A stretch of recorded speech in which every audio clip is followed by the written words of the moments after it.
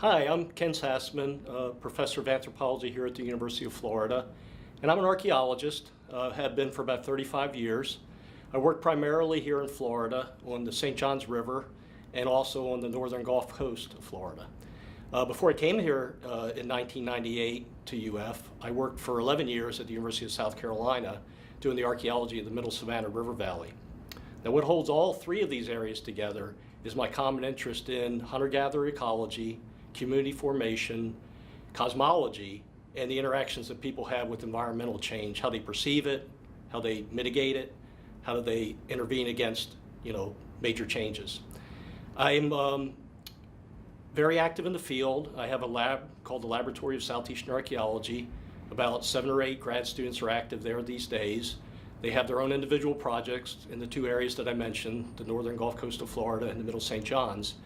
And I try to provide opportunities for them in the field, as well as the lab, to carve out their own research niche, to do what they like to do, to bring whatever problems they'd like to bring to bear on our research studies.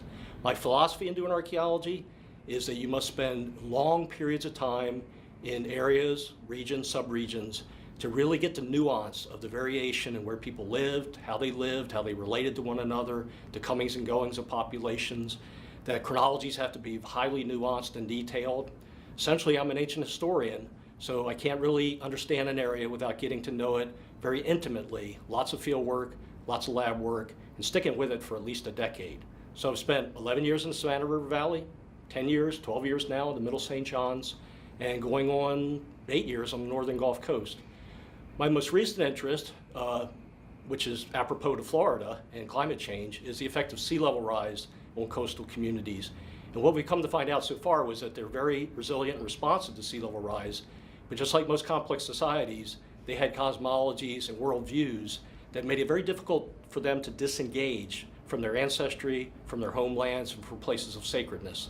So we see this contradiction between the everyday living of life, which they were very resilient and practical about, but also the things that kept them in place and kept them coming back to places that were eventually vulnerable to climate change.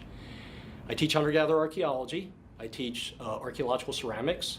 I teach southeastern archaeology, as you might expect, and occasionally a class called regional analysis at the graduate level. And all of these classes, with the exception perhaps of southeastern archaeology, cross-cut the subdiscipline of archaeology to include cultural variation and change, both contemporary as well as ancient. So come see me. I'm a former chair of this department. I can tell you a lot about the things that are going on, and I'm also very much invested in the undergraduate curriculum, particularly our general anthropology intro class, which is probably our largest enrollment class, second only to sexuality.